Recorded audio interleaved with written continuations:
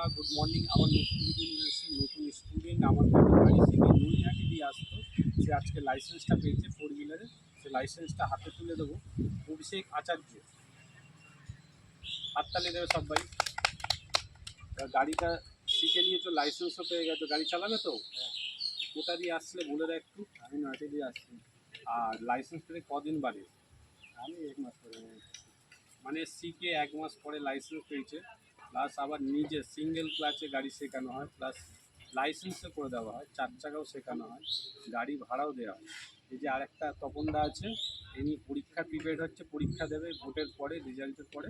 আর ওই ভাই এখন প্রিপেয়ার হচ্ছে, এখনও লাগনার পরীক্ষা দেবে। ওই দাদা মাঠে তৈরি হয়ে গেছে, পরীক্ষা দেওয়ার জন্য প্রিপেয়ার করা হচ্ছে সেই মাঠটা একবার দেখিলাম।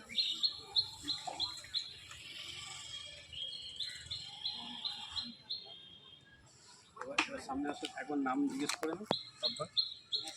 কাকা তোমার নাম কি? আমার নাম হাফিজউদ্দিন। তুমি কোথা থেকে আসছো? দানকুনি। কদিন হলো? আমরা 8-9 দিন হচ্ছে। ভালো লাগছে শিখতে? ঠিকই আছে। আর নাম বলো। আমার নাম অভিষেক আচার্য, আমি নয়টি দিয়ে আসছি। লাইসেন্স পেয়ে গেছে। আমি লাইসেন্স পেয়ে গেছি 1 মাস করে। আর আমার স্টুডেন্ট আছে তপনদার তপন ঘোষ। আমার এজ 57 ইয়ার্স।